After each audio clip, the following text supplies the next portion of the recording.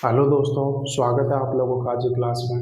तो आज हम लोग क्या डिस्कस करने वाले हैं। जैसे कि बोर्ड पे हेडिंग डली हुई है सिमिलरिटी ऑफ ट्राइंगल्स, त्रिभुजों की समरूपता। तो आज की क्लास में हम लोग पढ़ेंगे सिमिलरिटी ऑफ ट्राइंगल्स अर्थात त्रिभुजों की समरूपता। ठीक है।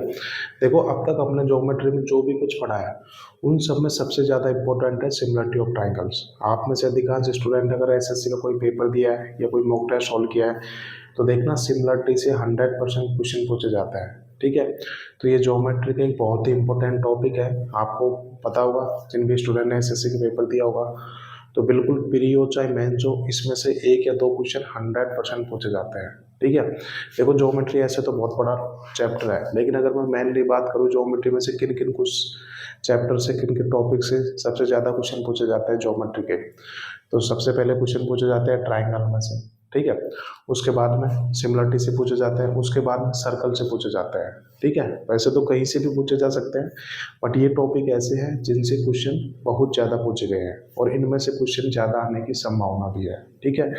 तो बिल्कुल आज हम लोग सिमिलरिटी करेंगे और इसके जितना भी कंसेप्ट है, जितनी भी थ्योरी है, वो आज की क्लास में डिस्कस करेंगे। तो बिल्कुल आपको ध्यान से ये क्लास देखनी होगी, क्योंकि अगर आपने एक बार सिमिलरिटी पढ़ लिया ना, फिर आपको दिक्कत नहीं आएगी, कभी दिक्कत नहीं आएगी। देखो, काफ़ी स्टूडेंट को सिमिलरिटी चैप्टर में बहुत दिक्कत आती है। ठीक है। बट हम लोग इतना डिटेल से, इतना बेसिक से, इतना आराम से करेंगे कि आपको कोई दिक्कत आएगी नहीं। ठीक है। तो देखो, आज की क्लास में हम लोग इसकी थ्योरी करेंगे। ठीक है। फिर कल की क्लास में हम लोग इसके क्वेश्चन करेंगे। तो अब 7-8 दिन ये सिमिलरिटी चलेगा, क्योंकि बड़ा टॉपिक है भाई, सबसे ज़्यादा क्वेश्चन पूछे जाते हैं। तो हम उसी तरीके से इसको ख़त्म करेंगे। ठीक है। तो शुरू करते हैं हम लोग सिमिलरिटी ऑफ ट्राइंगल्स। ठीक है। ये हमारी हेडिंग है। तो मैं इसमें बात करता हूँ कि सिमिलरिटी क्या होती है, तो ये मैं मिटा देता हूँ आज। ये हमारी हेडिंग है। ठीक है। तो अब हम लोग इसमें पढ़ेंगे सिमिलरिटी कि सिमिलरिटी होती क्या है। ठीक है। तो बिल्कुल देखो, डिटेल में करेंगे और सारी चीज़ें अच्छे से करेंगे। सिमिलरिटी, ये हमारी हेडिंग है सिमिलरिटी। इसको हिंदी में बोलते हैं समरूपता। देखो, आज की क्लास जिस स्टूडेंट के समझ में नहीं आएगी ना, उसको आने वाली 6-7 क्लास में कुछ समझ में नहीं आएगा। तो बिल्कुल ध्यान से देखेंगे। सिर्फ आज की क्लास में हम लोग इसकी थ्योरी करेंगे। ठीक है। जो 9th क्लास में आपने सिमिलरिटी पढ़ी थी ना, बिल्कुल सेम टू सेम वैसे ही है। ठीक है। अगर 9th क्लास में अच्छे से पढ़ ली होती तो आज आप रिविजन करोगे। ठीक है। तो बिल्कुल ध्यान से देखेंगे, तो बिल्कुल बेसिक से शुरू करूँगा मैं सारी चीज़ें। तो बात करता हूँ सिमिलरिटी क्या होती है। ठीक है। तो देखो, नाम से ही क्लियर है, सिमिलरिटी यानी समरूपता। सम यानी क्या हुआ है, सम यानी समान, और रूप यानी रूप, समान रूप। तो देखो, नाम से क्लियर हुआ है समान रूप। तो देखो, इंपॉर्टेंट टॉपिक है, तो मैं बिल्कुल हर एक चीज़ इसकी, हर एक थ्योरी इसकी लिखा के बताऊंगा। ठीक है। तो सिमिलरिटी क्या होती है, इसकी डेफिनेशन में लिखवा रहा हूँ। ऐसी दो आकृतियां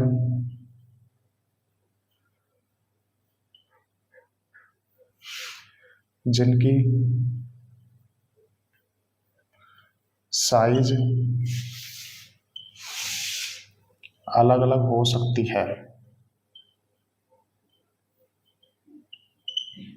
लेकिन शेप सेम होनी चाहिए। तो ऐसे दो फिगर को क्या बोलते हैं, सिमिलर फिगर्स बोलते हैं। ठीक है। ये परिभाषा होती है सिमिलरिटी की। अर्थात ऐसी दो फिगर जिनकी देखो साइज छोटी बड़ी हो सकती है। देखो, साइज अलग अलग हो सकती है, साइज कुछ भी हो सकती है। ठीक है। बट उनकी शेप, उनकी बनावट, उनका रंग रूप सेम होना चाहिए। ठीक है। ऐसी दो फिगर जिनकी साइज बेशक छोटी बड़ी हो सकती है, लेकिन उनका जो शेप है ना, उनकी जो आकृति है ना, उनकी जो बनावट है ना, वो सेम होनी चाहिए। ठीक है। तो ऐसी दो फिगर को क्या बोलते हैं हम लोग, सिमिलर फिगर्स बोलते हैं। ठीक है। एग्जाम्पल के थ्रू देखते हैं। जैसे कि मैंने एग्जाम्पल लिया, दुनिया के देखो जितने भी व्रत है, दुनिया के सारे व्रत क्या होते हैं, सिमिलर होते हैं। कैसे, तो वो चीज़ हम लोग देखते हैं। देखो, एक व्रत मैंने ये बना लिया। ठीक है। और एक व्रत मैंने ये बना लिया। ठीक है। सपोज करो इस व्रत की रेडियस है ये और इस व्रत की रेडियस है ये। ठीक है, कोई दिक्कत नहीं है। तो देखो ये दोनों फिगर आपस में सिमिलर फिगर ही तो है, क्यों? तो देखो डेफिनेशन क्या होती है, ऐसी दो आकृति जिनकी साइज अलग अलग है। देखो इन दोनों आकृतियों की साइज अलग अलग है ना, ये बड़ी है ये छोटी है, अर्थात इसकी रेडियस अलग है और इसकी रेडियस अलग है, ठीक है। तो देखो इनकी साइज अलग अलग है लेकिन शेप सेम होनी चाहिए। तो देखो इनकी शेप तो सेम ही है ना, तो ये दोनों फिगर कैसी हो गई, ये दोनों फिगर सिमिलर फिगर हो गई। शेप मतलब उसका आकृति आकृति सेम होनी चाहिए, ठीक है, उसकी बनावट उसकी रंग रूप सेम होना चाहिए, ठीक है। साइज बेशक बड़ी छोटी हो सकती है लेकिन उनकी शेप सेम होनी चाहिए, ठीक है। तो ये दुनिया के सारे व्रत क्या होते हैं, सिमिलर होते हैं आपस में, ठीक है। अगला एग्जांपल देखते हैं। मैं बात करूं इक्विलेटर ट्रायंगल की, तो दुनिया के सारे इक्विलेटर ट्रायंगल भी आपस में कैसे होते हैं, सिमिलर फिगर होते हैं, ठीक है। तो मैंने ये दो इक्विलेटर ट्रायंगल बना लिए हैं, ठीक है। इक्विलेटर ट्रायंगल क्या होता है, जिसकी तीनों भुजाएं बराबर होती है, अर्थात समबाहु त्रिभुज, ठीक है। इसके भी तीनों भुजाएं बराबर है। तो देखो ये दोनों त्रिभुज बेशक दिखने में बड़े छोटे दिख रहे हैं लेकिन इनकी शेप सेम है। ये भी त्रिभुज है, ये भी त्रिभुज है, बेशक ये दोनों दिखने में छोटे बड़े हैं लेकिन इनकी शेप देखो सेम है, ठीक है। तो ये दोनों फिगर्स क्या हो गई, आपस में सिमिलर फिगर हो गई, ठीक है। अगला मैं बात करूं तो देखो दुनिया के सारे व्रत भी आपस में सिमिलर फिगर्स होते हैं। ये मैंने व्रत बना लिया और एक व्रत ये बना लिया मैंने, ठीक है। तो व्रत क्या होता है, जिसकी चारों भुजाएं बराबर होती है, ठीक है।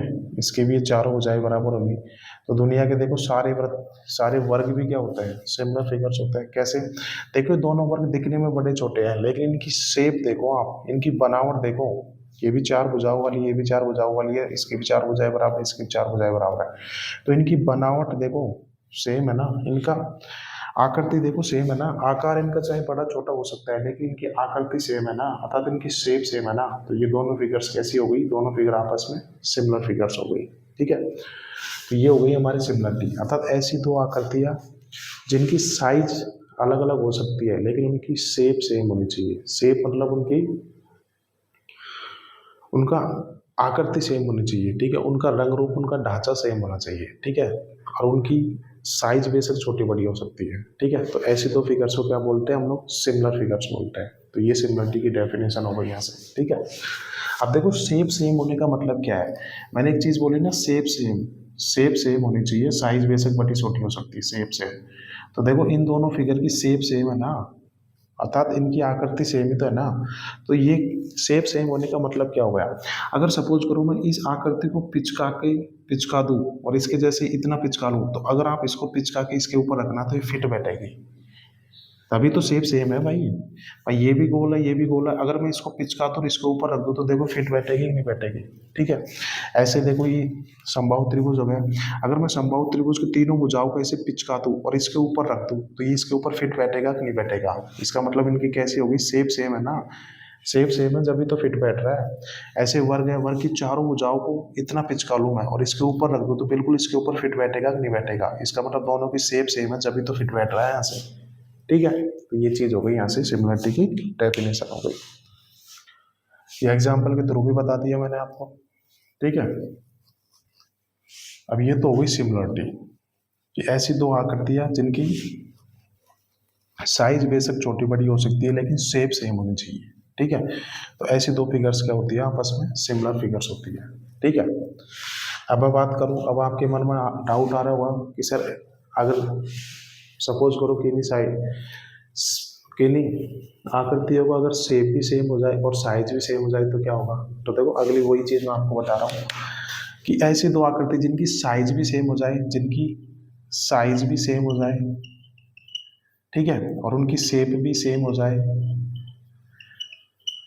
तो वो दोनों फिगर क्या बोलती है, उन दोनों फिगर को बोलते हैं हम सर्वांग सम फिगर्स बोलते हैं, ठीक है। देखो सर्वांग सम जब ये चैप्टर खत्म हो जाएगा ना सिमिलरिटी, उसके बाद में हम लोग अगला ही टॉपिक सर्वांग सम करेंगे, ठीक है। इसकी भी मैं अलग से क्लास लूंगा, तो यहाँ पे आपको बता देता हूँ कि इन दोनों में डिफरेंस क्या होता है।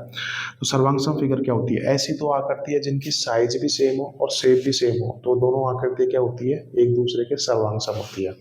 तो देखो नाम से ही क्लियर है, सर्वांग सम यानी कि सर्व यानी सभी, अंग सम यानी कि सभी अंग समान, ठीक है, सर्वांग सम मतलब सभी अंग समान, अर्थात ऐसी दो फिगर जिनका सब कुछ सेम हो, बिल्कुल हूबहू एक दूसरे की कॉपी हो। ठीक है, तो उन दोनों फिगर्स को क्या बोलते हैं हम लोग, सर्वांग सम फिगर बोलते हैं। अर्थात इनकी शेप भी सेम होनी चाहिए और उनकी साइज भी सेम होनी चाहिए, यानी कि बिल्कुल एग्जैक्ट होनी चाहिए दोनों फिगर। वो दोनों फिगर क्या होती है, सर्वांग सम फिगर होती है। ठीक है, जैसे कि मैं एग्जाम्पल से देखता हूँ, सपोज करो मैंने एक वृत्त बना लिया, इस वृत्त की रेडियस मान ली मैंने 5 सेंटीमीटर, और दूसरा ये वृत्त बना लिया बिल्कुल सेम ऐसा कैसा, और इस वृत्त की रेडियस मान ली मैंने 5 सेंटीमीटर। तो देखो ये दोनों वृत्त बिल्कुल सेम है ना, तो ये दोनों वृत्त क्या हुए, एक दूसरे के सर्वांग हो गए, अर्थात बिल्कुल फोटोकॉपी होनी चाहिए, बिल्कुल एग्जैक्ट होनी चाहिए। तो ऐसे दो फिगर्स को क्या बोलते हैं हम लोग, सर्वांग फिगर्स बोलते हैं। ठीक है, तो ये चीज़ यहाँ से ये हो गई कि सर्वांग और सिमिलरिटी होती क्या है। अब देखो मैंने सर्वांग यहाँ पे क्यों बताया, तो उसका एक क्वेश्चन यहाँ से थ्योरी वाले क्वेश्चन आते हैं ना, उसमें एक क्वेश्चन बन सकता है कि दुनिया की सिमिलर फिगर्स कभी भी सर्वांगसम नहीं हो सकते और सर्वांगसम फिगर सिमिलर हो सकते हैं। ठीक है, ये यहाँ से एक थ्योरी वाला क्वेश्चन बनता है। मैं आपको लिखवा भी देता हूँ कि सिमिलर आकृतियाँ लिख देता हूँ, सिमिलर फिगर्स सर्वांगसम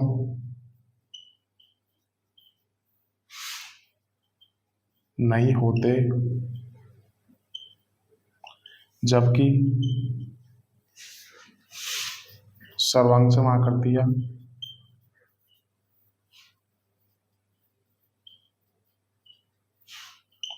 सिमिलर भी होती है। ये चीज ध्यान रखनी है, कभी कभी एग्जाम ऑप्शन आते हैं ना थ्योरी वाले, तो उनमें ये चीज पूछता है, अर्थात जो सिमिलर फिगर्स होगी ना वो कभी भी सर्वांगसम नहीं बन सकती, और जो सर्वांगसम फिगर होगी ना वो सिमिलर फिगर भी हम उसको बोल सकते हैं। कैसे, तो देखो देखो सिमिलर सर्वांगसम का मतलब क्या होता है, सभी अंग समान, अर्थात जिनकी साइज भी सेम हो और शेप भी सेम हो। तो यही तो बोला था, साइज बेशक छोटी बड़ी हो सकती है लेकिन शेप सेम होनी चाहिए, तो इसकी तो दोनों ही सेम है, तो ये क्या हुआ है, ये सर्वांगसम है, और सर्वांगसम भी सिमिलर होते हैं। ठीक है, अब देखो सिमिलर सर्वांगसम क्यों नहीं होते, क्योंकि देखो सिमिलर की डेफिनेशन होती है अर्थात साइज अलग अलग होगी, बट सर्वांगसम में तो देखो साइज भी सेम होगी, शेप भी सेम होगी। तो यहाँ से क्या निकल के आया कि सिमिलर फिगर्स कभी भी सर्वांगसम नहीं हो सकती, और जो सर्वांगसम फिगर है ना वो सिमिलर भी होती है। ठीक है, ये चीज़ ध्यान रखना है। ऐसे कभी कभी थ्योरी वाले क्वेश्चन आते हैं ना, उनमें ये क्वेश्चन पूछा जा सकता है। ठीक है, तो यहाँ से ये चीज़ हो गई। तो देखो अब हमारे सिलेबस में सिमिलरिटी में सिर्फ त्रिभुजों की समरूपता का ही जिक्र है। ठीक है, उसमें कहीं पर भी संभाव त्रिभुज की सिमिलरिटी नहीं दे रखी है हमारे सिलेबस में, ना वर्क की दे रखी है। हमारे सिलेबस में सिर्फ त्रिभुजों की समरूपता ही दे रखी है, तो हम इसी को पढ़ेंगे। ठीक है, तो अब आप लोग नेक्स्ट हेडिंग डाल लीजिए सिमिलरिटी ऑफ ट्राइंगल्स। ठीक है, तो ये चीज़ मैंने आपको यहाँ से बता दी। तो अब आप लोग नेक्स्ट हेडिंग डाल लीजिए सिमिलरिटी ऑफ ट्राइंगल्स। ठीक है, सिर्फ त्रिभुजों की समरूपता ही हमारे सिलेबस में है, तो अब उसको हम ध्यान से देखना। और भाई आज की क्लास जिसके समझ में नहीं आएगी ना, ध्यान रखना अगली 5-6 क्लास उसके बिल्कुल समझ में नहीं आएगी, तो बिल्कुल ध्यान से देखना, और इतना डिटेल में समझाऊंगा कि कभी दिक्कत नहीं आएगी सिमिलरिटी वाले चैप्टर में। ठीक है, तो हेडिंग डाल लीजिए सिमिलरिटी ऑफ ट्राइंगल्स। ठीक है, सिमिलरिटी ऑफ ट्राइंगल्स, इसको हिंदी में बोलते हैं त्रिभुजों की समरूपता। तो हमारे सिलेबस में यही है, त्रिभुजों की समरूपता है, त्रिभुजों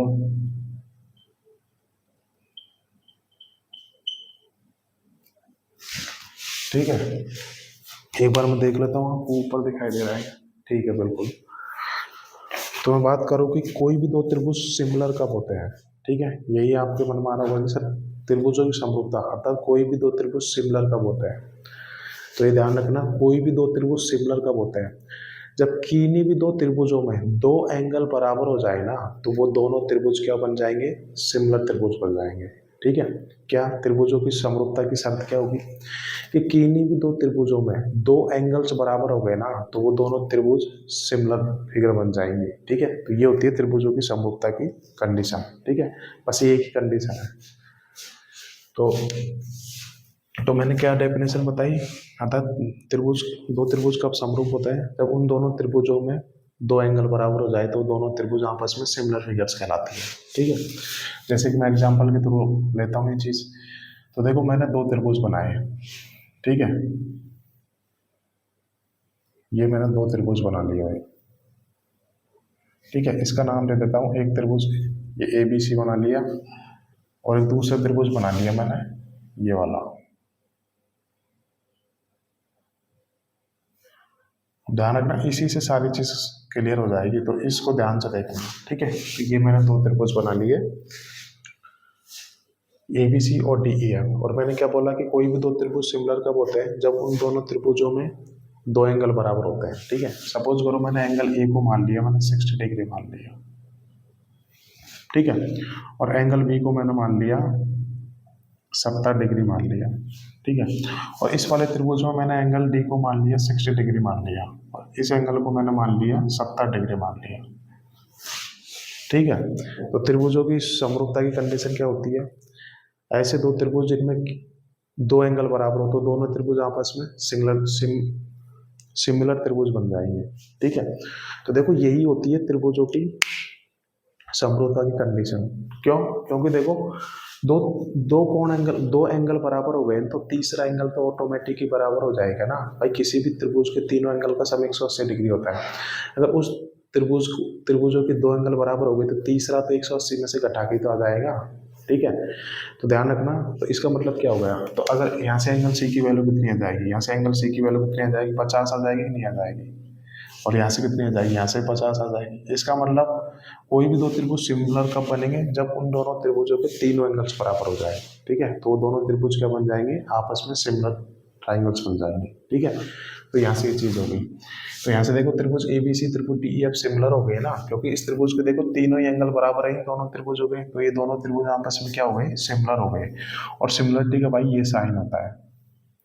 तो क्या बताई थी मैंने कि किन्हीं भी दो त्रिभुजों के दो एंगल बराबर हो गए ना, तो वो दोनों त्रिभुज सिमिलर त्रिभुज बन जाएंगे। क्यों? क्योंकि अगर दो एंगल बराबर हो गए तो तीसरा तो ऑटोमेटिक ही बराबर हो जाएगा ना। अर्थात किसी त्रिभुज के अगर तीनों एंगल्स बराबर दे रखे हैं तो वो दोनों त्रिभुज क्या हो जाएंगे, सिमिलर त्रिभुज बन जाएंगे, ठीक है। तो यहाँ से सिमिलरिटी की कंडीशन हो गई, दो त्रिभुज कब सिमिलर होते हैं। तो यहाँ से त्रिभुज ABC सिमिलर टू त्रिभुज DEF है, ठीक है। अब यहाँ पे देखो, यहाँ पे एंगल A कितना दे रखा है, 60 डिग्री का दे रखा है, ठीक है। देखो ये दोनों त्रिभुज बेशक दिखने में छोटे बड़े हैं, लेकिन देखो इनकी शेप तो सेम है ना, ठीक है। अब देखो ये सिमिलर कैसे है, एक तो इनके तीनों एंगल्स बराबर है। इसका मतलब अगर मैं इसको पिचकाऊँ ना, इसकी तीनों साइडों को पिचकाऊँ और इसके ऊपर रख दो तो बिल्कुल फिट आ जाएगा ही नहीं आ जाएगा भाई, दोनों की शेप सेम है ना।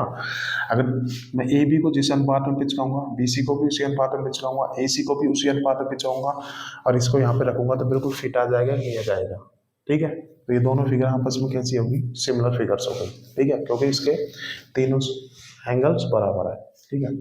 अब देखो यहाँ पे एंगल 60 डिग्री दे रखा है और यहाँ पे देखो एंगल D कितना दे रखा है, 60 डिग्री दे रखा है। तो ये दोनों बराबर एंगल हुए कि नहीं हुए, ठीक है। तो ये दोनों बराबर एंगल हो गए यहाँ से। अब यहाँ पे देखो एंगल B कितना दे रखा है, 70 डिग्री दे रखा है, और यहाँ पे एंगल E कितना दे रखा है, 70 डिग्री दे रखा है। तो ये दोनों एंगल बराबर हुए कि नहीं हुए, ठीक है। ये यहाँ से निकल के आ गई। यहाँ पे देखो एंगल C कितना दे रखा है, 50 डिग्री दे रखा है, और यहाँ पे एंगल F कितना दे रखा है, 50 डिग्री दे रखा है। तो देखो ये दोनों एंगल्स बराबर हो गए कि नहीं हो गए, ठीक है।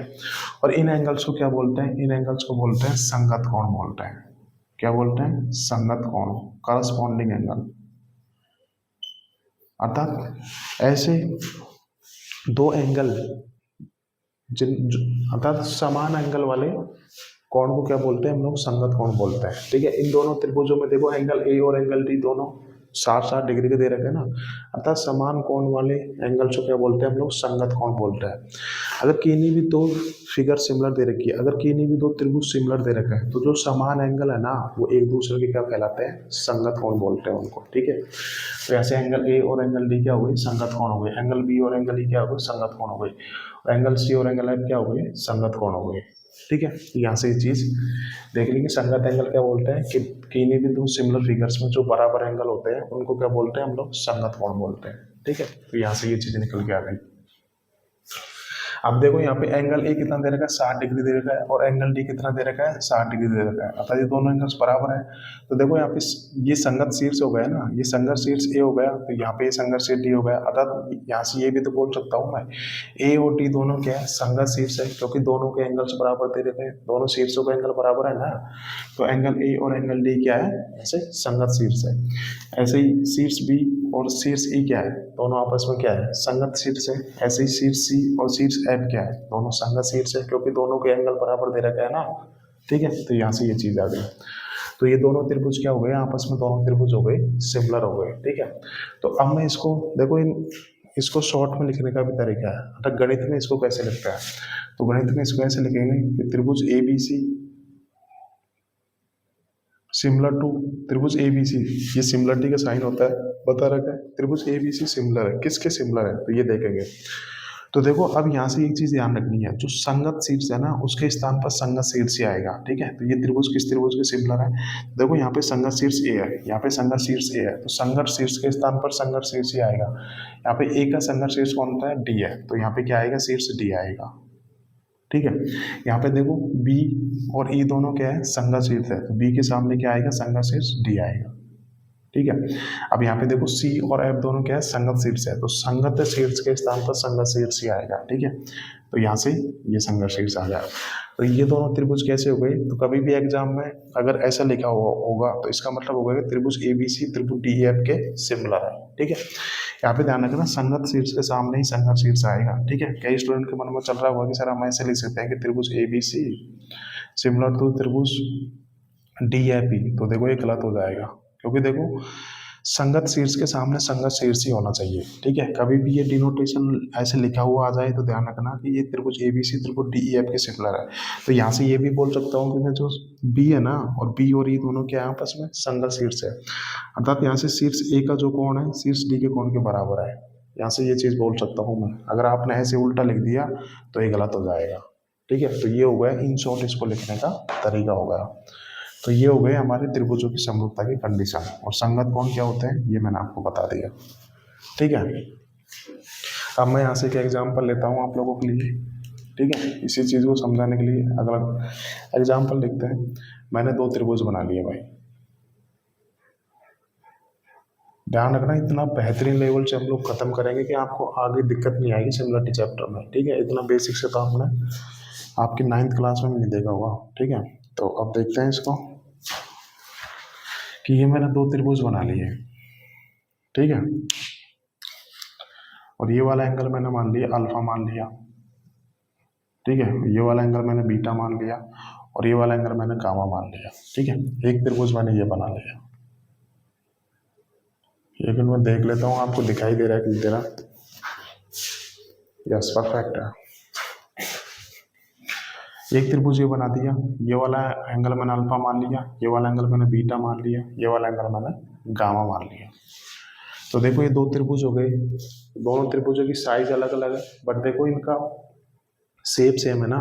और देखो इन दोनों एंगल के तीनों एंगल बराबर दे रखे हैं, इसका मतलब ये दोनों त्रिभुज कैसे हो गए, ये दोनों त्रिभुज आपस में सिमिलर ट्रायंगल्स हो गए। तो वो एक नहीं हो गए, मतलब किसी भी त्रिभुज किन्हीं भी दो त्रिभुजों के अगर तीनों एंगल बराबर हो जाए तो वो दोनों त्रिभुज आपस में सिमिलर ट्रायंगल्स बन जाते हैं। तो ये दोनों त्रिभुज कैसे हो गए, यहाँ से सिमिलर त्रिभुज हो गए। ठीक है, और यहाँ से सपोज करो इस भुजा को मैं मान लेता हूँ 9,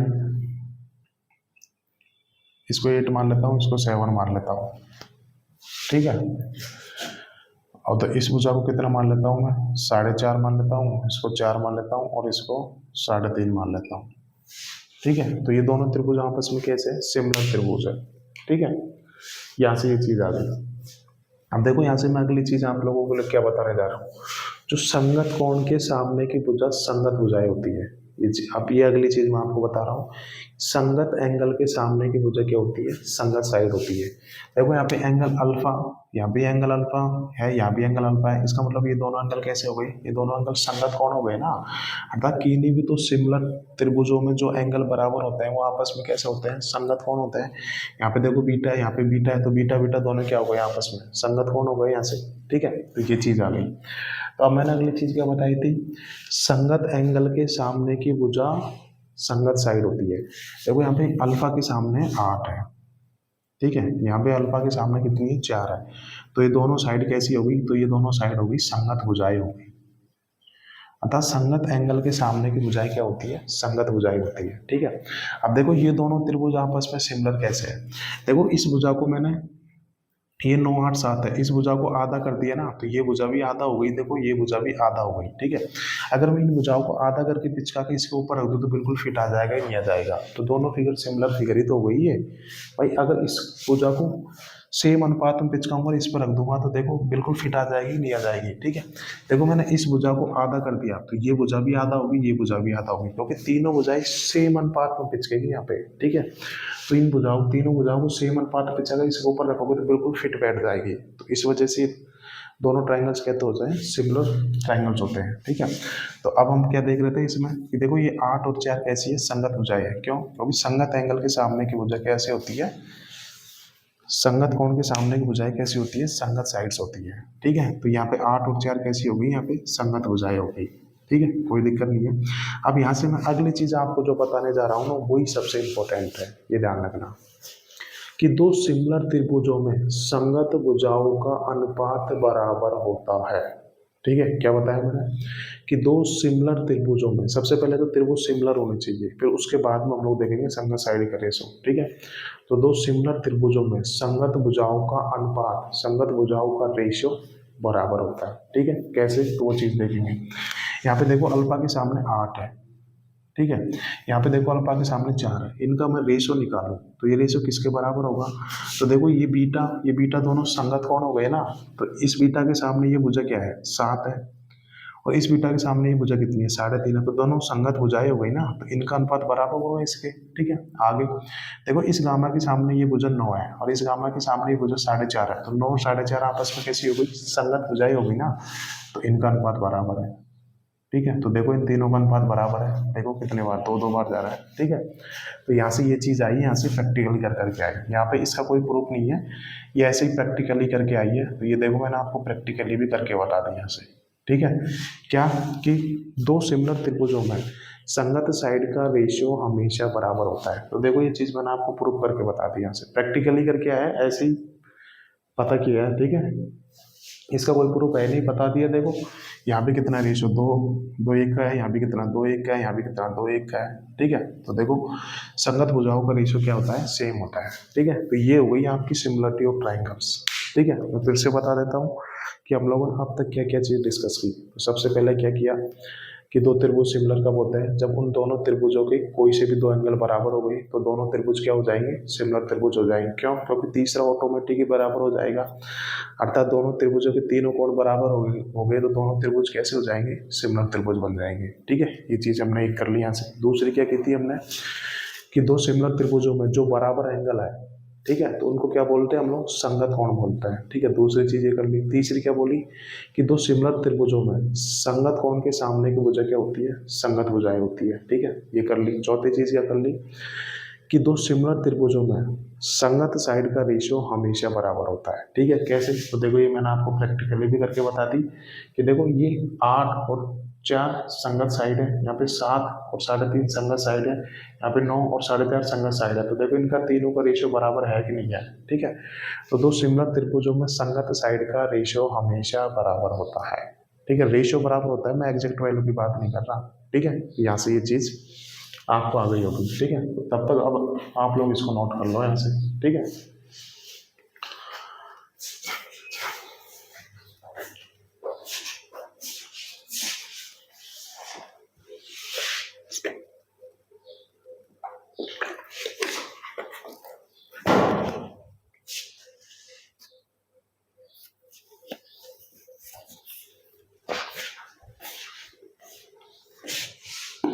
तो देखो ये एग्जांपल के थ्रू बता दे तो ये चीज आपको क्लियर हो गई होगी। ठीक है,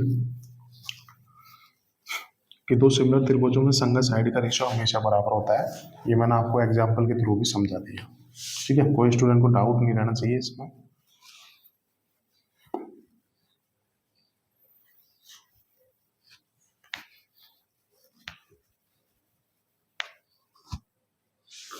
ठीक है, तो देखो ये दोनों त्रिभुज सिमिलर है, यहाँ से त्रिभुज ABC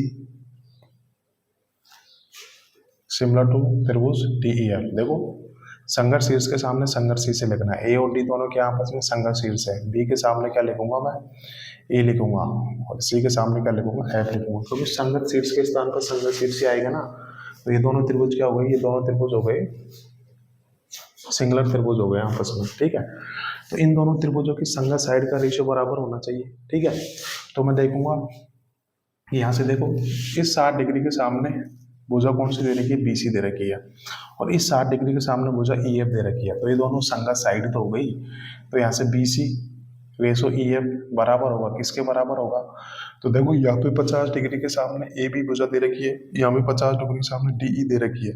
तो ये दोनों भुजाएं आपस में कैसी हो गई, संगत भुजाएं हो गई। तो इनके रेशो के बराबर होगा ये होगा। तो यहाँ से मैं बात करूँ A B ratio DE equal to, तो यहाँ पे देखो 70 डिग्री के सामने ए सी दे रखा है, यहाँ पे 70 डिग्री के सामने डी एफ दे रखा है। तो दोनों कैसी हो गई, दोनों संगत साइड हो गई। तो इनका रेशियो के बराबर हो गई, ए सी रेशो डी एफ हो गया, ठीक है। तो यही तो चीज़ मैंने आपको एग्जाम्पल के थ्रू बताई थी, ठीक है, कि दो सिमिलर त्रिभुजों में संगत साइड का रेशियो हमेशा बराबर होता है। ये चीज़ यहाँ से ये निकल के आ गई। तो देखो सेम एंगल के सामने, यहाँ पे एंगल 60 डिग्री दे रखा है, यहाँ पे एंगल 60 डिग्री दे रखा है। तो सेम एंगल के सामने की भुजा कैसी होती है, संगत साइड होती है, ठीक है। तो यहाँ से संगत साइड का रेशियो हमेशा बराबर होता है, ठीक है। तो ये चीज़ देखो मैंने आपको लिख के भी बता दी और एग्जाम्पल के थ्रू भी करके बता दी, ठीक है। यहाँ तक कोई दिक्कत होना नहीं चाहिए। तो देखो क्वेश्चन में ना ऐसी चीज़ लिख के आएगी हमेशा, A B C similar to D E F है। तो देखो आप संगत साइड का रेशियो यहाँ से भी निकाल सकते थे। देखो ये हमेशा एक क्रम में लिखा हुआ होगा, कभी भी ये उल्टा पुल्टा नहीं आएगा, ठीक है। तो मैं यहाँ से भी इनका रेशियो निकाल सकता हूँ। देखो ये साइड ए बी है, तो ए बी के जस्ट सामने देखो ये डी ई दे रखी है, बिल्कुल संगत साइड है ना दोनों। तो देखो ये तो दे रखा A B ratio D E किसके बराबर है, देखो यहाँ पे ए सी दे रखा है, यहाँ पे शीर्ष ए दे रखा है, यहाँ पे शीर्ष सी दे रखा है। तो शीर्ष ए के संगत शीर्ष कौन सा होगा, डी हो गया, और सी और एफ दोनों क्या है, संगत शीर्ष है। तो देखो यहाँ पे भुजा ए सी है, तो यहाँ पे भुजा डी एफ ही होगी। कैसे, क्योंकि दोनों भुजाएं कैसी है, संगत भुजाएं। देखो ये ए सी 70 डिग्री के सामने दे रखा है और ये डी एफ 70 डिग्री के सामने दे रखा है, तो ये दोनों भुजाएं संगत भुजाएं हो गई ना। तो आप लोग यहाँ से भी इस चीज को लिख सकते थे, यहाँ पे ए सी किसके संगत है, भुजा डी एफ के संगत है। तो बिल्कुल आप लोग इस चित्र से भी ये चीज लिख सकते थे, ठीक है।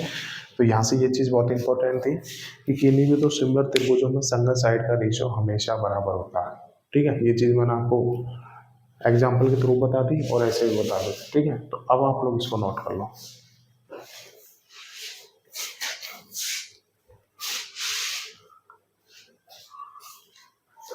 ठीक है।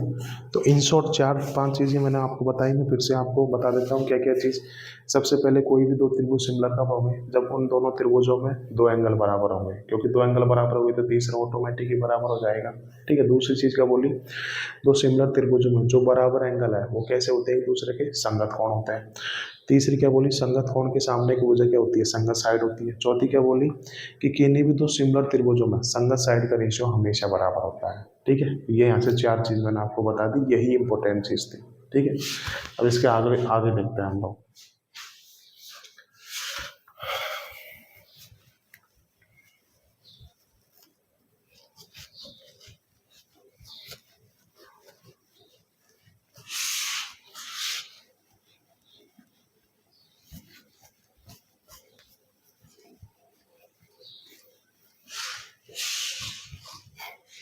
तो देखो अभी तक हमने क्या किया कि किन्हीं भी तो सिमिलर त्रिभुजों में संगत साइड का रेशियो बराबर होता है, ठीक है। ये चीज़ तो हमने एग्जाम्पल के थ्रू भी समझ ली और थ्योरी में भी समझ ली, ठीक है। बट यहाँ से यही चीज़ नहीं होती। अब यहाँ से एक चीज़ और निकल के आती है कि दो सिमिलर त्रिभुजों में हर संगत लेंथ का रेशियो भी बराबर होता है।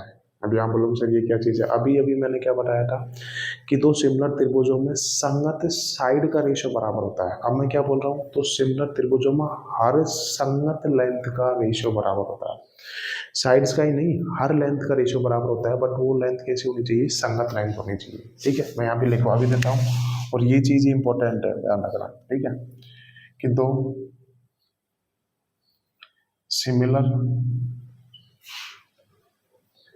त्रिभुजों में संगत साइड्स का ही रेशियो बराबर नहीं होता का ही रेशियो बराबर नहीं होता, बल्कि संगत साइड का ही रेशियो बराबर नहीं होता, बल्कि हर संगत लेंथ का रेशियो भी बराबर होता है।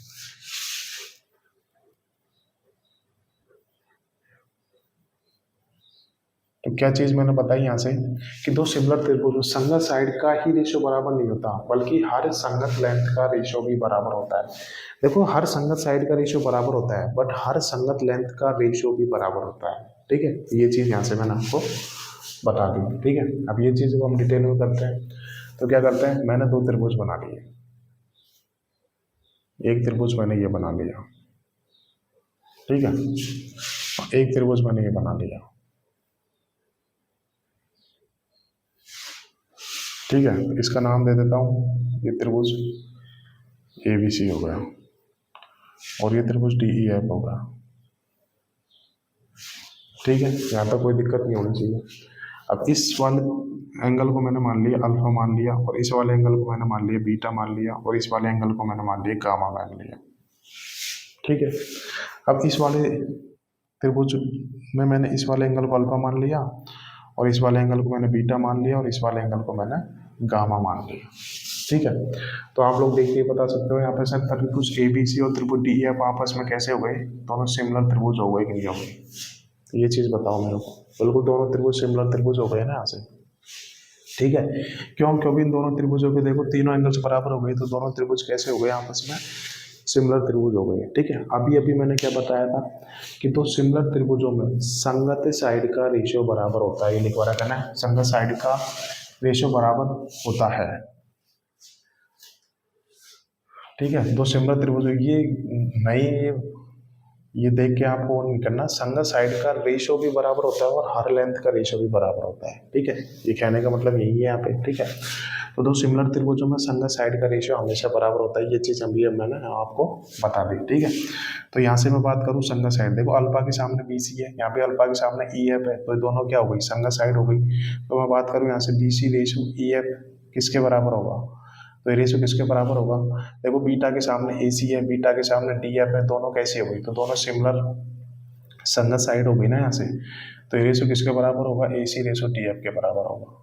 ठीक है, आगे देखो, देखो ये गामा के सामने क्या दे रखा है, AB दे रखा है, यहाँ भी गामा के सामने DE दे रखा है, तो दोनों कैसे हो गई, संगत साइड हो गई, तो इनके रेशियो के बराबर होगा नहीं होगा। ठीक है, अभी अभी ये चीज़ मैंने आपको बता दी। अब देखो यहाँ से एक ध्यान रखने की चीज़ है, देखो यहाँ पे अगर मैं बड़ा वाला एंगल ले रहा हूँ ना ऊपर, तो देखो आगे भी ऊपर बड़ा वाला एंगल ही आएगा। आप लोग ऐसे नहीं ले सकते, यहाँ पे BC रेशियो EF किसके बराबर है, DF रेशियो AC, तो देखो ये गलत हो जाएगा, क्योंकि ऊपर देखो मैंने बड़ा वाला एंगल की बुझाई ली है, तो अब आगे भी ऊपर बड़े वाले एंगल की बुझाई चलेगी। ठीक है, तो ये चीज़ यहाँ पे ध्यान रखना, क्या स्टूडेंट को यहाँ पे कंफ्यूजन रहता है, मैंने आपको बता दी। ठीक है, तो देखो ये चीज़ तो हम लोग अभी अभी बता चुके हैं। ठीक है, कि नहीं भी तो सिमिलर त्रिभुजों में संगत साइड का रेशियो बराबर होता है। ठीक है, तो यहाँ से ये चीज़ निकाल ली, ये BC EF दोनों संगत साइड है, इनका रेशियो किसके बराबर होगा, संगत साइड AC और DF के रेशियो के बराबर होगा, और AB और DE के रेशियो के बराबर होगा। ठीक है, ये चीज़ तो मैंने आपको बता दी यहाँ से। ठीक है, बट मैंने तो आगे क्या लिखाया, बल्कि हर संगत लेंथ का रेशियो भी बराबर होता है। इस चीज़ का क्या मतलब हुआ, ठीक है, तो देखो तो सिमिलर त्रिभुजों में हर संगत लेंथ का रेशियो बराबर होता है। ठीक है, वो चीज़ हम लोग करेंगे। तो देखो अगर मैं इस त्रिभुज की तीनों साइड का, तीनों संगत साइड का रेशियो बराबर होगा ना, अब अगर मैं इन तीनों त्रिभुजों का, अब अगर मैं इस त्रिभुज का परिमाप निकालूं तो कैसे आएगा, तो इन तीनों भुजाओं को ऐड करके ही तो आएगा, और इस त्रिभुज का परिमाप कैसे आएगा, इन तीनों भुजाओं को ऐड करके ही तो आएगा।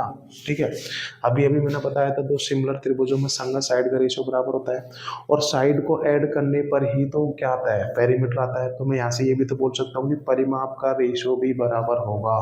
ठीक है, तो ये रेशियो किसके बराबर होगा, ये रेशियो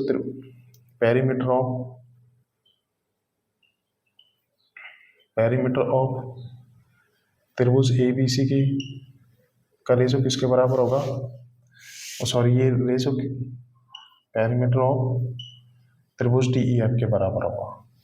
तो देखो संगत साइड का रेशियो इन दोनों त्रिभुजों के परिमाप के रेशो के बराबर होगा। ठीक है, क्यों? क्योंकि देखो इन तीनों त्रिभुज, इन इस त्रिभुज की भुजाओं को अगर ऐड में करूंगा तो क्या आएगा, पेरीमीटर आएगा, और इस त्रिभुज की भुजाओं को ऐड करूंगा तो पेरीमीटर आएगा। अब यहाँ पे देखो हर संगत साइड का रेशो बराबर है, तो यहाँ से पेरीमीटर का रेशो भी तो बराबर होगा भाई। ठीक है, क्योंकि इन तीनों भुजाओं को ऐड करने पर ही तो पेरीमीटर आ रहा है। जब भुजाओं का रेशो बराबर है तो पेरीमीटर का भी रेशो बराबर होगा कि नहीं होगा? ठीक है, जब संगत भुजाओं का रेशो बराबर है, अब संगत भुजाओं को ही तो ऐड करने पर पेरीमीटर आता है, तो इसका मतलब यहाँ से पेरीमीटर का रेशो भी बराबर होगा। ठीक है, ये चीज़ आपको क्लियर हो गई होगी। भाई पेरीमीटर भी तो एक टाइप की लेंथ ही तो होती है, परिमाप भी तो एक टाइप की लेंथ ही तो होती है। ठीक है, ये लेंथ ही तो होती है, एक टाइप की लंबाई तो होती है, तो हर संगत लेंथ का रेशियो बराबर है। ठीक है, ध्यान रखना ये रेशियो बराबर है, एग्जैक्ट वैल्यू नहीं है। ठीक है, तो यहाँ से ये चीज़ आ गई।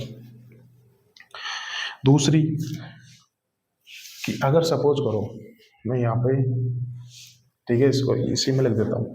अगर मैं यहाँ पे देखो संगत शीर्ष है ए, यहाँ पे ए और डी दोनों संगत शीर्ष है। ठीक है, यहाँ पे देखो ये वाला एंगल अल्फा है, यहाँ पे ये दोनों एंगल अल्फा है, तो ये दोनों एंगल बराबर है। अगर इन दोनों एंगल के मैं एंगल बाइसेक्टर खींच दूँ, तो देखो इस वाले एंगल अल्फा का मैंने एंगल बाइसेक्टर खींच दिया, ये खींच दिया मैंने।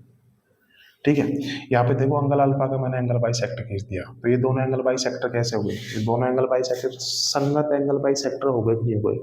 क्योंकि दो समान कोणों के एंगल बाइसेक्टर खींचे हैं, तो ये दोनों कैसे हो गए? संगत एंगल बाइसेक्टर हो गए। ठीक है, तो यहाँ से ये भी तो बोल सकता हूँ भाई ये भी एंगल बाइसेक्टर है, ये भी एंगल बाइसेक्टर है। अब मैंने समान एंगल अल्फा के एंगल बाइसेक्टर खींचे हैं, तो ये दोनों एंगल बाइसेक्टर कैसे हो गए? संगत एंगल बाइसेक्टर हो गए ना, तो इनका रेशियो भी बराबर होगा। ठीक है, इनका रेशियो बराबर होगा क्योंकि दोनों आपस में संगत, भाई लेंथ ही तो है, ये भुजा भी तो एक टाइप की लेंथ है, तो इस सेम एंगल का एंगल बाइसेक्टर खींचा है, यहाँ पे सेम एंगल का एंगल बाइसेक्टर खींचा है, तो ये दोनों कैसे हो गए? संगत एंगल बाइसेक्टर हो गए, तो इनका रेशियो भी बराबर होगा यहाँ पे। ठीक है, तो ये एंगल बाइसेक्टर फर्स्ट नाम दे देता हूँ भाई, कंफ्यूजन ना हो, और एंगल बाइसेक्टर सेकंड, इनका रेशियो भी भुजाओं के, संगत भुजाओं के रेशियो के बराबर होगा। ठीक है, ये चीज़ मैंने बता दी, क्योंकि देखो ये भी तो एक टाइप की लेंथ ही तो है। यहाँ पे देखो सेम एंगल का ही मैंने एंगल बाइसेक्टर खींचा है, यहाँ पे ऐसे नहीं करेंगे कि मैंने एंगल अल्फा का एंगल बाइसेक्टर खींच दिया, यहाँ पे आप एंगल बीटा का एंगल बाइसेक्टर खींचो, तो रेशियो बराबर नहीं होगा, संगत एंगल बाइसेक्टर का रेशियो ही बराबर होगा। ठीक है, तो ये चीज़ यहाँ से आ गई। यहाँ से अब मैं इसको मिटा देता हूँ, ये वाला एंगल मैंने अल्फा माना था,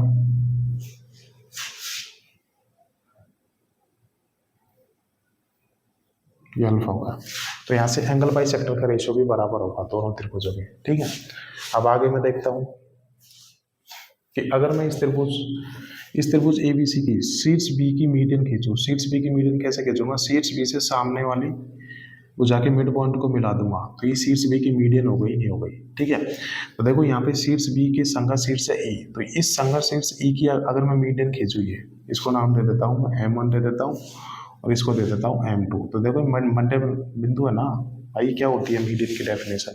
किसी भी भुजा के मध्य बिंदु को सामने वाले शीर्ष से मिलाने वाले रेखा क्या होती है? मीडियन होती है, माध्यिका होती है।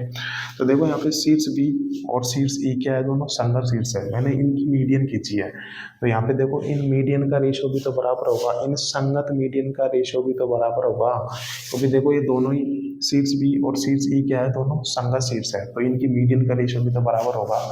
तो देखो इनकी मीडियन का रेशियो भी बराबर होगा, M1 रेशियो M2। ठीक है, यहाँ पे देखो इन सभी भुजाओं का रेशियो, इन सभी लेंथ का रेशियो बराबर क्यों आ रहा है? आपके मन में डाउट आ रहा होगा ना, क्यों? क्योंकि देखो इन सभी को सेम अनुपात में पिचकाऊंगा और इस पर रखूंगा तो बिल्कुल फिट आएगा। जैसे कि ये सपोज करो ये फिगर है मेरे पास, ये फिगर है, ठीक है, ये फिगर बड़ी है, ये फिगर छोटी है, इस फिगर की मैंने मीडियन खींच रखी है, इसकी मीडियन खींच रखी है। अगर मैं इस फिगर की सभी, कितनी लेंथ दे रखी है? 4 लेंथ दे रखी है, चारों लेंथ को सेम अनुपात में पिचकाऊंगा और इसके ऊपर रख दूंगा तो बिल्कुल फिट बैठेगी, नहीं बैठेगी? ठीक है, तो यहाँ पे बिल्कुल मीडियन का रेशियो भी बराबर होना चाहिए कि नहीं होना चाहिए? क्योंकि सभी को सेम अनुपात से पिचकाऊंगा तो बिल्कुल इसके ऊपर फिट बैठेगी कि नहीं बैठेगी? भाई इन तीनों भुजाओं को अगर मैं सेम अनुपात से पिचकाऊंगा तो मीडियन भी उसी अनुपात में पिचकेगी ना, और इसको इसके ऊपर रख दूंगा तो बिल्कुल फिट बैठेगी, नहीं बैठेगी? ठीक है, तो यहाँ से देखो मीडियन का रेशियो भी बराबर आ गया। ठीक है, तो यहाँ से ये चीज़ आ गई। अब सपोज करो मैं इन ट्राइंगल्स की हाइट खींचूं, तो देखो हाइट का रेशियो भी बराबर आएगा। ठीक है, हाइट का रेशियो भी बराबर आएगा। यहाँ से कैसे? तो देखो इस एंगल अल्फा के सामने है BC, अगर इस BC भुजा पर मैं इस त्रिभुज की हाइट खींच दूँ, सपोज करो मैंने हाइट खींच दी, ठीक है। अब देखो अल्फा के सामने BC है, यहाँ पे अल्फा के सामने EF है, तो BC और EF दोनों क्या हो गई, संगत साइड हो गई ना। और इन संगत साइड के ऊपर मैंने हाइट खींच दी, इसको नाम दे देता हूँ H1 और इसको नाम दे देता हूँ H2। तो यहाँ से दोनों हाइट्स का रेशो भी तो बराबर होगा कि नहीं होगा।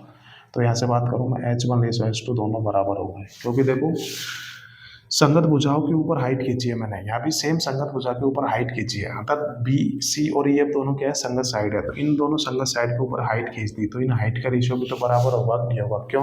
क्योंकि देखो अगर मैं इनको सेम अनुपात में खिंचाऊंगा और इसके ऊपर रखूंगा तो बिल्कुल फिट आएगा कि नहीं आएगा। ठीक है, तो यहाँ से ये हाइट्स का रेशियो भी बराबर हो गया। ठीक है, यही तो चीज़ मैंने बताई कि हर संगत लेंथ का रेशियो बराबर है। तो देखो भुजाओं का रेशियो तो बराबर है, बट इनके पेरीमीटर का भी रेशियो बराबर है, एंगल बाई सेक्टर का भी रेशियो बराबर है, मीडियन का भी रेशियो बराबर है, हाइट का भी रेशियो बराबर है। क्यों? क्योंकि अगर मैं सभी को सेम अनुपात में खिंचाऊंगा और इसके ऊपर रखूंगा तो बिल्कुल एग्जैक्ट फिट बैठ जाएगा ये। ठीक है, तो यहाँ से ये चीज़ आ गई। अगर सपोज करूँ मैं इन ट्राइंगल्स का अगर मैं इन रेडियस खींचूँ तो कैसे खींच सकता हूँ मैं? तो देखो इन सर्कल क्या होता है, अंतःवृत्त क्या होता है, तो मैं यहाँ पे आपको बता देता हूँ। अंतःवृत्त क्या होता है, जैसे इस त्रिभुज का मेरे को अंतःवृत्त खींचना है तो कैसे खींचूंगा?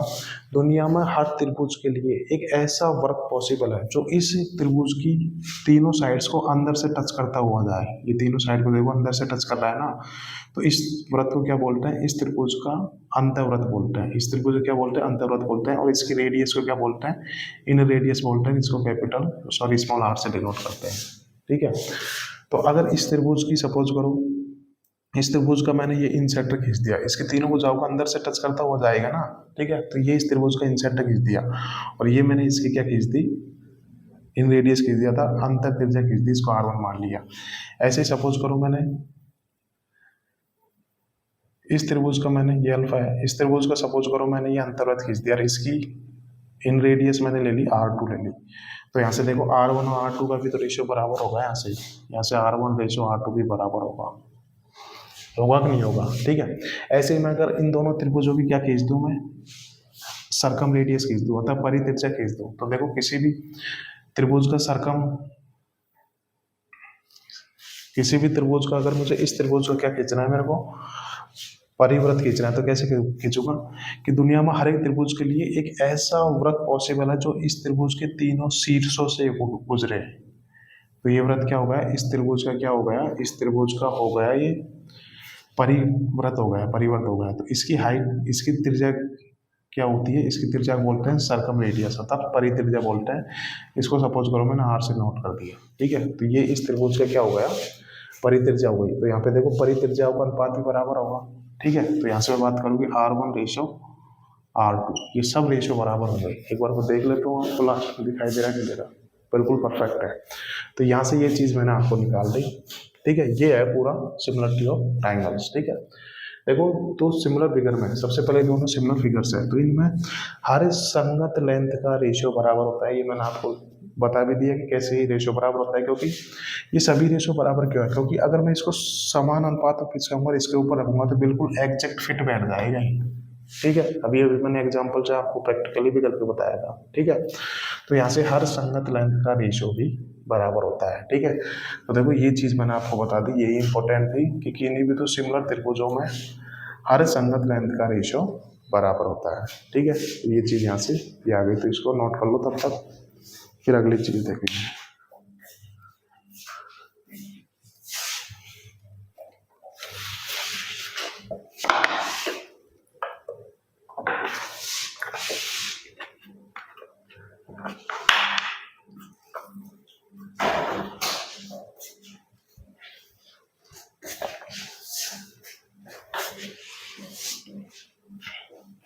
ठीक है, यहाँ से ये चीज़ हो गई। अब आपके मन में आ रहा होगा सर क्षेत्रफल के साथ क्या करें? तो देखो अभी अभी कंसेप्ट क्या बताया था कि दो सिमिलर त्रिभुजों में हर संगत लेंथ का रेशियो बराबर होता है। ठीक है, अब हम बात करते हैं क्षेत्रफल का रेशियो। तो ध्यान रखना कि दो सिमिलर त्रिभुजों में क्षेत्रफल का रेशियो कभी भी संगत साइड के रेशियो के बराबर नहीं होता। ठीक है, क्यों? उसका भी रीजन मैं आपको बताता हूँ पूरा डिटेल में। ठीक है, तो ये चीज़ आ गई, तो पहले मैं इसको मिटा देता हूँ भाई।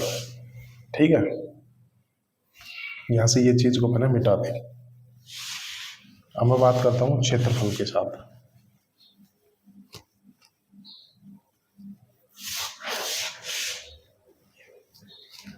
ठीक है, क्या बताया था मैंने कि दो सिमिलर त्रिभुजों में क्षेत्रफल का रेशो संगत साइड के रेशो के बराबर नहीं होता। ठीक है, क्यों? तो उसका रीजन बताता हूँ। तो देखो, लेंथ, लंबाई क्या होती है? लेंथ को किस में मापते हैं हम लोग? लेंथ को मापते हैं हम लोग सेंटीमीटर, मापते ही नहीं मापते, या तो सेंटीमीटर या मीटर में मापते हैं। ठीक है, और मैं बात करूँ एरिया, तो एरिया को हम लोग किस में मापते हैं? एरिया को हम लोग सेंटीमीटर स्क्वायर में मानते हैं या फिर मीटर स्क्वायर में मानते हैं? नहीं मानते। अर्थात एरिया में पावर 2 होती है और लेंथ में पावर 1 होती है। यहाँ पे पावर 1 है ना। ठीक है, यहाँ पे देखो यूनिटी सेम नहीं है। ठीक है, तो दो सिमिलर त्रिभुजों में एरिया का रेशो कभी भी संगत लेंथ के रेशो के बराबर नहीं होता, क्योंकि एरिया में पावर 2 होती है और लेंथ में पावर कितनी होती है? 1 होती है। देखो ये सारी लेंथ का रेशियो बराबर क्यों है? क्योंकि एक तो देखो ये सभी लेंथ है और सभी की देखो सेम यूनिट है, सभी में पावर 1 है ना, सभी की सेम यूनिट है। ठीक है, इस वजह से ये रेशियो बराबर होता है। और क्षेत्रफल में पावर 2 होती है और लंबाई में पावर 1 होती है, तो दोनों का रेशियो बराबर कैसे होगा वहां से? ठीक है, ये चीज़ मैंने आपको बता दी। ठीक है, तो ये भी बहुत इंपॉर्टेंट चीज़ है, लिखवा देता हूँ इसको भी मिटा देता हूँ ऐसे, क्योंकि नीचे बता दिया ना वो सारी चीज़।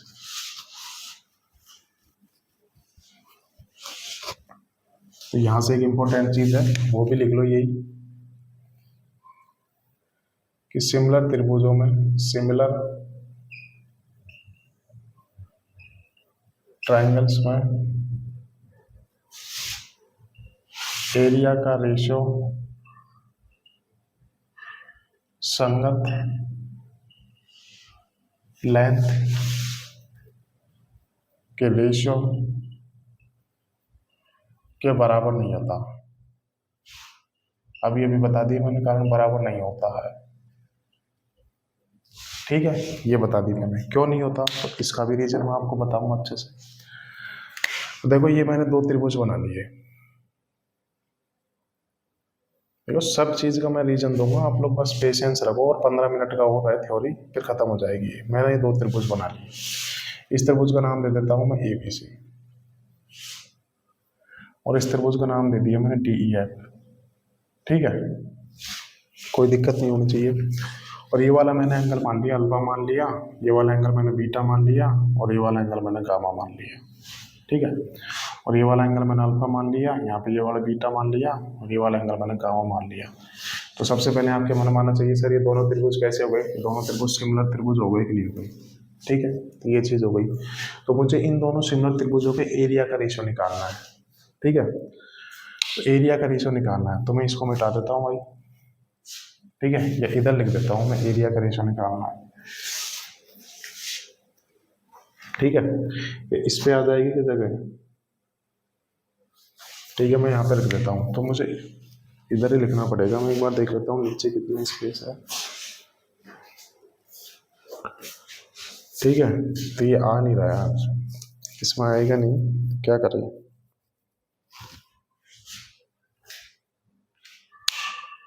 ठीक है, तो मुझे इन दोनों त्रिभुजों के एरिया का रेशियो निकालना है। तो मैं इन दोनों त्रिभुजों को यहाँ से हटा के थोड़ा सा इधर में लिखवा देता हूँ, ताकि मैं चाहता हूँ कि विथ रीजन बताना है ना आपको, ऐसे कैसे होगा। तो मैं यहाँ लिख लेता हूँ, मैं ये दो त्रिभुज बना दिए। एक बार देख लेता हूँ, आपको दिखाई दे रहा है? यस, ठीक है, ये त्रिभुज बना दिया मैंने ABC, और एक ये त्रिभुज बना दिया मैंने DEF बना दिया। ठीक है, ये त्रिभुज बना दिया मैंने, और ये वाला एंगल मैंने अल्फा मान लिया, ये वाला एंगल मैंने बीटा मान लिया, और ये वाला एंगल मैंने गामा मान लिया। इसमें ये अल्फा मान लिया, ये बीटा मान लिया, और ये वाला एंगल मैंने गामा मान लिया। तो ये दोनों त्रिभुज कैसे हो गए? ये दोनों त्रिभुज आपस में सिमिलर त्रिभुज हो गई। ठीक है, तो मुझे इन दोनों सिमिलर त्रिभुज के एरिया का रेशियो निकालना है, यही हम लोग कर रहे हैं। ठीक है, एरिया ऑफ त्रिभुज ABC का रेशियो निकालना किसके साथ? एरिया ऑफ त्रिभुज DEF के साथ निकालना। इन दोनों त्रिभुजों का रेशियो निकालना है, तो रेशियो क्या आएगा? ठीक है, यही चीज हम लोग कर रहे हैं। तो देखो किसी भी त्रिभुज का क्षेत्रफल क्या होता है? किसी भी त्रिभुज का क्षेत्रफल होता है 1/2 बेस गुना हाइट, ये होता है कि नहीं होता? ठीक है, सपोज करो मैंने त्रिभुज ABC की हाइट खींच ली। देखो यहाँ पे भुजा BC और भुजा EF दोनों क्या है? संगत साइड्स है। तो इनके ऊपर मैंने H खींच दी, इन संगत साइड के ऊपर H खींच दी। ठीक है, तो ये खींच दी, तो ये इस त्रिभुज की हाइट हो गई कि नहीं हो गई, इसको H1 मान देता हूँ। और ये संगत शीर्ष EF के ऊपर इस त्रिभुज की मैंने हाइट खींच दी है H2। तो ये देखो इन दोनों त्रिभुज की हाइट्स आ गई नहीं आ गई। कहना यहाँ पे ध्यान रखना कि मैंने संगत साइड्स की ही हाइट खींची है दोनों में, ठीक है, तभी तो ये दोनों हाइट कैसी होंगी, संगत हाइट होगी ना, ठीक है। तो ये मैंने इन दोनों त्रिभुजों की संगत हाइट खींच ली, ठीक है। तो किसी भी त्रिभुज के एरिया क्या होता है, 1/2 बेस गुना हाइट होता है कि नहीं होता, ठीक है। यहाँ पे लिखवा देता हूँ, किसी भी त्रिभुज का एरिया होता है 1/2 बेस गुना हाइट। तो यहाँ पे 1/2 त्रिभुज ABC के एरिया निकालना तो कैसे आएगा, तो देखो मैंने भुजा BC को बेस माना है, भुजा BC को बेस माना है, इसके संगत हाइट कौन सी है, H1 है, तो ये इस त्रिभुज का एरिया का आ जाएगा नहीं आएगा। अब इसका एरिया का अनुपात बताना है त्रिभुज DF के एरिया के साथ, तो त्रिभुज DF का एरिया क्या आएगा 1/2। तो देखो मैंने EF को बेस माना है, EF के संगत साइड कौन सी दे रखी है, संगत ऊंचाई कौन सी दे रखी है, H2 दे रखी है। तो इन दोनों त्रिभुज के एरिया का रेशो आ गया कि नहीं आ गया, ठीक है, यहाँ तक कोई दिक्कत होनी नहीं चाहिए। अब देखो 1/2 से 1/2 कट गया कि नहीं कट गया, अब क्या बचा मेरे पास BC गुना H1। ध्यान रखना बहुत इंपॉर्टेंट चीज निकल के आएगी यहाँ से, और ये H2 आ रहा है, ठीक है, ये चीज आ गई नहीं आ गई। अभी अभी मैंने थोड़ी देर पहले क्या बताया था, किन्हीं भी तो सिमिलर त्रिभुजों में हर संगत साइड का रेशियो बराबर होता है, ये बताया कि नहीं बताया, यानी कि हर संगत लेंथ का रेशियो बराबर होता है, ठीक है। जो संगत हाइट का रेशियो होता है वही संगत साइड का रेशियो होता है, दोनों रेशियो बराबर होते हैं ना। और ये चीज बता रखी है, देखो मैंने यहाँ पे ये चीज बता रखी है ना, BC रेशियो EF किसके बराबर दे रखा है, H1 रेशियो H2 के बराबर दे रखा है कि नहीं दे रखा। अर्थात किन्हीं भी तो सिमिलर त्रिभुजों में संगत हाइट का रेशियो संगत साइड के रेशियो के बराबर होता है कि नहीं होता। भाई ये चीज देखो मैंने यहाँ लिखा रखी है, इस वजह से मैंने मिटाया नहीं ताकि आपको बता दूं। यहाँ से BC और EF का रेशियो किसके बराबर है, H1 रेशियो सॉरी H1 और H2 के रेशियो के साथ है कि नहीं है, ठीक है। तो यहाँ से ये लिख सकता हूँ मैं, H1 और H2 की जगह क्या लिख सकता हूँ मैं, BC रेशियो EF लिख सकता हूँ, नहीं लिख सकता। तो यहाँ से कितना आएगा, BC गुणा BC, और ये कितना आ जाएगा, EF गुणा EF आ जाएगा, नहीं आ जाएगा, ठीक है, आ गया कि नहीं आ गया। इन दोनों की गुणा करूंगा तो क्या आएगा, यहाँ से BC का स्क्वायर आ जाएगा, यहाँ से EF का स्क्वायर आ जाएगा, आ गया नहीं आ गया। इसको मैं ऐसे ले सकता हूँ BC रेशो EF का होल स्क्वायर, ऐसे ले सकता हूँ ना, तो ये चीज आ गई यहाँ से। तो कंक्लूजन क्या निकला मेरा, कि किन्हीं भी दो सिमिलर त्रिभुजों में एरिया का रेशो उनकी संगत भुजाओं के रेशो का वर्ग होता है, ठीक है। ये चीज यहाँ से मैंने देखो आपको प्रूफ करके बताई, मैं चाहता था आपको डायरेक्ट करवा सकता था कि किन्हीं भी दो सिमिलर त्रिभुजों के एरिया का रेशो उनकी संगत लेंथ के रेशो का वर्ग होता है। भाई संगत साइड के रेशो का वर्ग होता है, ठीक है। ये BC संगत साइड संगत लेंथ की तो होती है, ठीक है, हर संगत लेंथ के रेशो के बराबर होता है। तो ये आ गई कि इन दोनों त्रिभुजों के एरिया का रेशियो क्या आएगा, इन दोनों त्रिभुजों के एरिया का रेशियो संगत साइड के रेशियो का वर्ग होता है, ठीक है। तो इसको मैं ऐसे भी लिख सकता हूँ, ठीक है, यहाँ पे लिख रहा हूँ, देखो ये चीज BC EF के बराबर है। तो देखो BC रेशियो EF किसके बराबर है, AC रेशियो DF के बराबर है। तो यहाँ से ये भी लिख सकता हूँ AC DF का होल स्क्वायर, एरिया का रेशियो ये भी तो निकल के आएगा। और देखो यहाँ से क्या लिख सकता हूँ मैं, AB रेशियो DE का होल स्क्वायर। तो यहाँ से क्या चीज निकल के आ गई कि किन्हीं भी दो सिमिलर त्रिभुजों में एरिया का रेशियो उनकी संगत साइड के रेशियो का वर्ग होता है। देखो ये वर्ग ही तो आ रहा है, संगत साइड के रेशियो का वर्ग होता है, ठीक है। ये चीज यहाँ से बताते कि मैंने कभी भी एरिया का रेशियो संगत लेंथ के रेशियो के बराबर नहीं होता, ठीक है।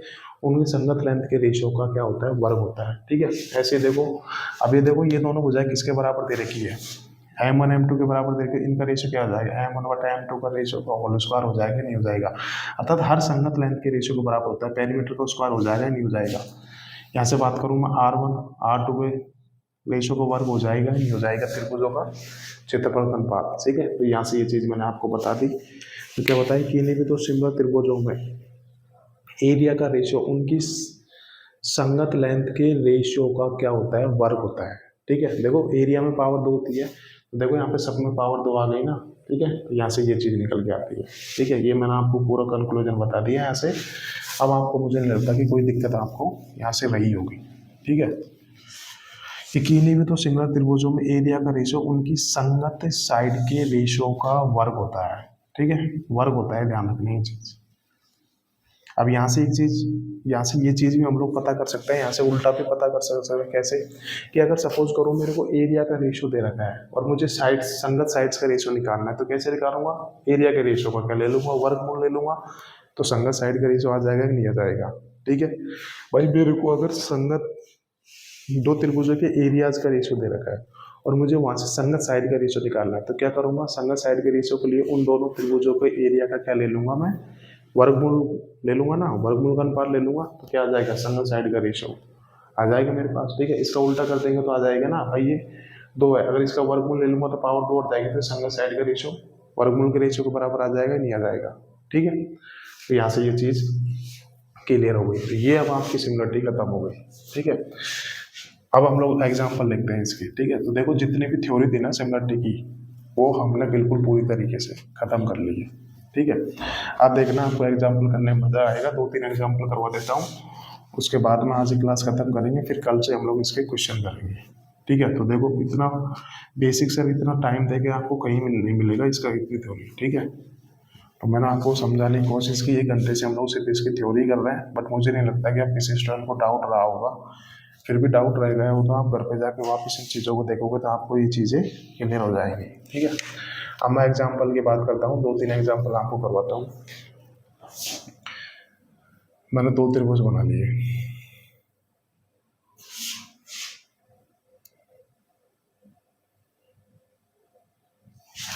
ठीक है, ये वाला एंगल मैंने अल्फा मान लिया, ये वाला बीटा मान लिया। ठीक है, और ये वाला एंगल मैंने गामा मान लिया, ये वाला मैंने अल्फा मान लिया, ये गामा मान लिया, ये बीटा मान लिया। ठीक है, तो ये दोनों त्रिभुज कैसे हो गए, ये दोनों त्रिभुज सिमिलर त्रिभुज हो गए कि नहीं? भाई एंगल्स की पोजीशन तो कहीं भी हो सकती है, पर तीनों एंगल्स बराबर ही तो है। यहाँ पे अल्फा है तो यहाँ पे अल्फा दे रखा है, तो पोजीशन अलग अलग कर दी, पर तीनों एंगल्स है तो बराबर ही ना। ठीक है, तो ये दोनों त्रिभुज कैसे हो गए, ये दोनों त्रिभुज सिमिलर त्रिभुज हो गए। ठीक है, तो अब मैं यहाँ से आपसे पूछना चाह रहा हूँ,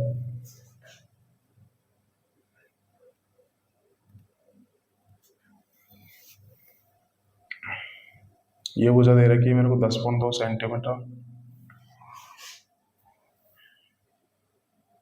ये भुजा दे रखी है मेरे को 18.7 सेंटीमीटर।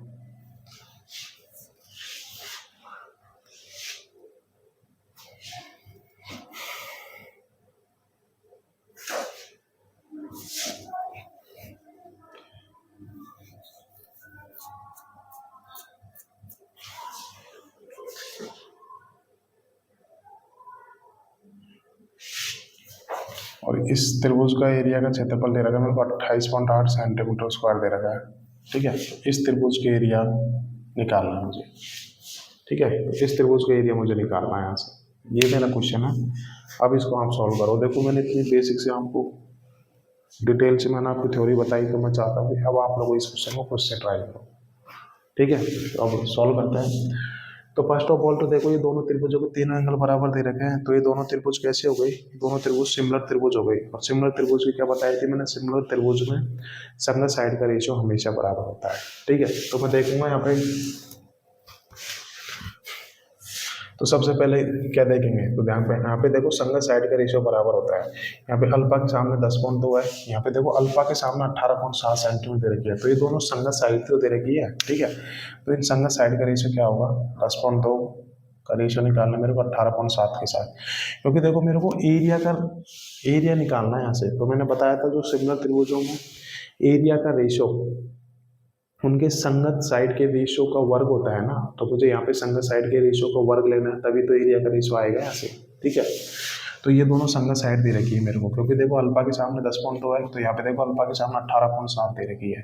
ठीक है, वही दोनों अल्फा अल्फा संगत कोण हो गए, संगत कोण के सामने पूछा संगत साइड होती है, तो मैंने इन दोनों संगत साइड का रेशियो ले लिया। क्यों, क्योंकि मेरे को पता है कि एरिया का रेशियो संगत साइड के रेशियो को वर्ग होता है यहाँ पे। अब एरिया का रेशियो निकालना तो संगत साइड के रेशियो निकालना पड़ेगा यहाँ से। ठीक है, तो ये कितना आ जाएगा यहाँ से, किससे कट रहा है ये, 17 से कट रहा है कि नहीं कट रहा, तो 6:11 आ गया। ठीक है, तो ये संगत साइड का रेशियो आ गया। बट मेरे को संगत साइड के एरिया का रेशियो निकालना, तो संगत साइड के रेशियो का वर्ग हो जाएगा नहीं हो जाएगा, तो इनका वर्ग करूंगा तो एरिया का रेशियो आ जाएगा नहीं आएगा, 6 का वर्ग 36 और 11 का वर्ग कितना आ जाएगा, 121 आ जाएगा। ठीक है, अब देखो इस त्रिभुज की साइड दे रखी है और इस त्रिभुज का एरिया दे रखा है मेरे को, कितना दे रखा है, 28.8 सेंटीमीटर दे रखा है, तो कितना गुना होगा यहाँ से, 0.8 गुना होगा कि नहीं होगा, ठीक है। तो इसका भी मैं 0.8 कर दूंगा तो बिल्कुल इस त्रिभुज का एरिया आ जाएगा कि नहीं आ जाएगा।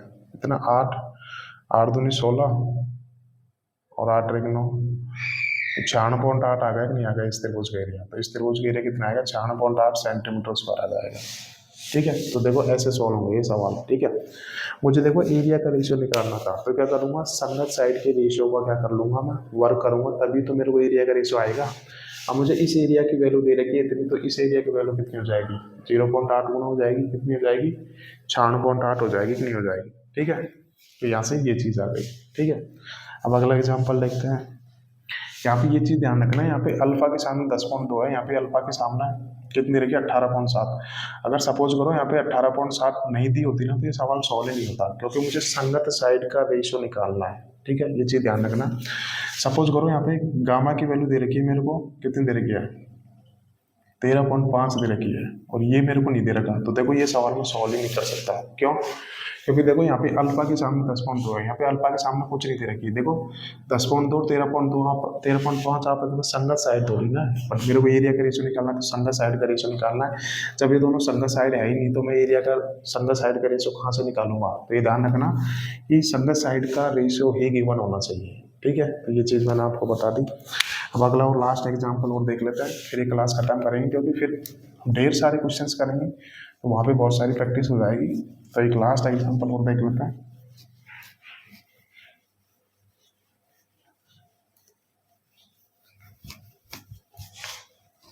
क्योंकि ढेर सारे क्वेश्चंस की प्रैक्टिस हम लोग करेंगे। 2 त्रिभुज दे रखा है, बिल्कुल आपको एग्जाम में ऐसे कैसे क्वेश्चन देखने को मिलेंगे, देखना प्रीवियस ईयर के क्वेश्चन सॉल्व करेंगे, तब आपको मजा आएगा। त्रिभुज ABC दे रखा है, ये त्रिभुज DEF दे रखा है, ठीक है। इसमें ये वाला एंगल अल्फा है, इसमें ये बीटा है, इसमें ये वाला गामा है, इसमें ये अल्फा है, इसमें ये बीटा है, इसमें ये गामा है, ठीक है। और यहाँ पे क्वेश्चन में लिखा हुआ होगा क्या, ये दोनों त्रिभुज क्या है आपस में, सिमिलर त्रिभुज है। बिल्कुल दोनों त्रिभुज सिमिलर त्रिभुज है ना, क्योंकि तीनों एंगल्स बराबर हैं दोनों त्रिभुज है, ठीक है। तो ये दोनों त्रिभुज सिमिलर त्रिभुज है। इसमें त्रिभुज ABC का एरिया दे रखा है मेरे को, कितना दे रखा है, 45 सेंटीमीटर स्क्वायर दे रखा है, ठीक है। और इस त्रिभुज DEF का एरिया दे रखा है मेरे को, कितना दे रखा है,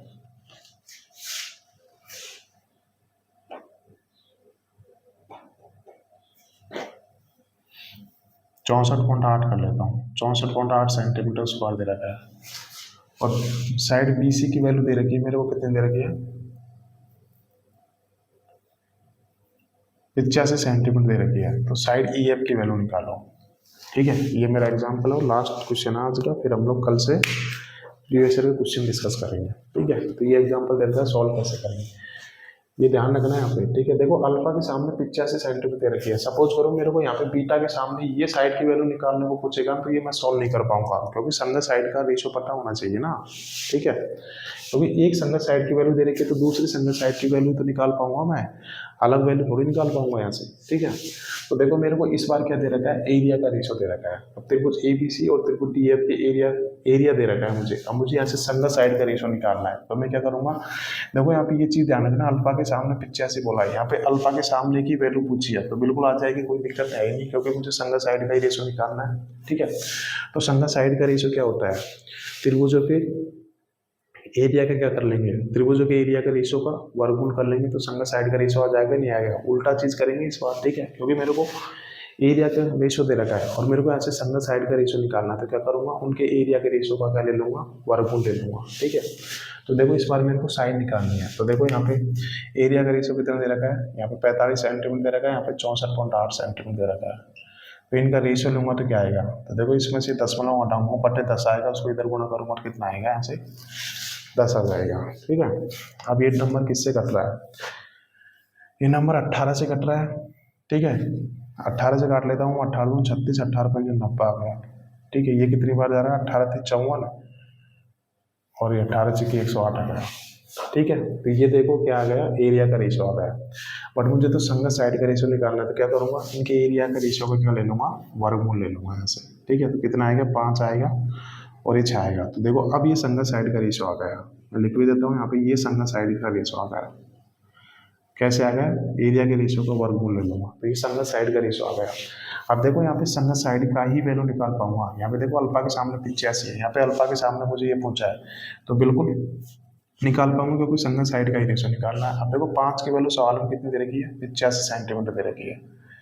भाई 450 इसी का एरिया, तो इसी की तो वैल्यू आएगी ये, ठीक है। तो 5 की वैल्यू 85 दे रखी है, कितना गुना दे रखी है? 17 गुना दे रखी है। तो 6 की वैल्यू निकालनी है, 17 गुना आएगी तो कितनी आ जाएगी? 102 सेंटीमीटर। तो इस सवाल का उत्तर क्या आएगा मेरे को? 102 सेंटीमीटर। तो इस प्रश्नवाचक की वैल्यू आएगी 102 सेंटीमीटर, ठीक है। अगर सपोज करो इसी में अगर मेरे से ये पूछेगी इस वाले लेंथ की वैल्यू क्या आएगी, तो ये मैं पता नहीं कर पाऊंगा, ठीक है। यहाँ से अगर मेरे को ये 102 सेंटीमीटर ना दे, इस वाले लेंथ की वैल्यू पूछे तो पता नहीं कर पाऊंगा, क्योंकि संगत साइड का रेशियो ही तो निकलेगा यहाँ से। भाई एक संगत साइड की वैल्यू दे रखी है, तो दूसरी संगत साइड की तो वैल्यू निकालूंगा मैं यहाँ से, ठीक है। तो यहाँ से प्रश्नवाचक कितना आएगा? 102 सेंटीमीटर आ जाएगा, ठीक है। तो ये हो गई आपकी सिमिलरिटी की पूरी थ्योरी, और मैंने 2-3 आपको एग्जाम्पल भी करा दिए। अब बताओ आपको कोई डाउट रहा हो तो, ठीक है। इतना बेसिक से डिटेल में कहीं पढ़ा है हमने, देखो सारी चीज़ हमने बिल्कुल एक छोटे लेवल से शुरू करके इतने मैक्सिमम लेवल तक गए हैं कि मैं गारंटी देता हूँ इसके अलावा सिमिलरिटी की कोई थ्योरी बनती ही नहीं है, ठीक है।